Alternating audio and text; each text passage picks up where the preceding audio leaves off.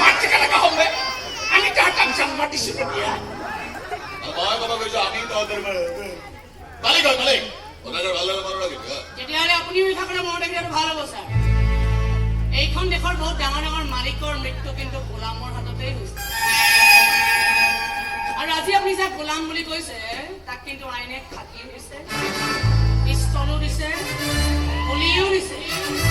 আনকি যধে মনে এনকাউণ্টাৰ কৰি ফুৰাৰ সুবিধা দিছে আপোনালোকৰ ভাগ্য ভাল যে আমি পুলিচবোৰে সেইখন সুবিধা আদায় নকৰি আমি কয় গৰম গৰম চাহ চিঙৰা খোৱাত ব্যস্ত হৈ আছো চাহ চাহ গৰমে আছে চাহ চিঙৰা নিজেই খাই থাক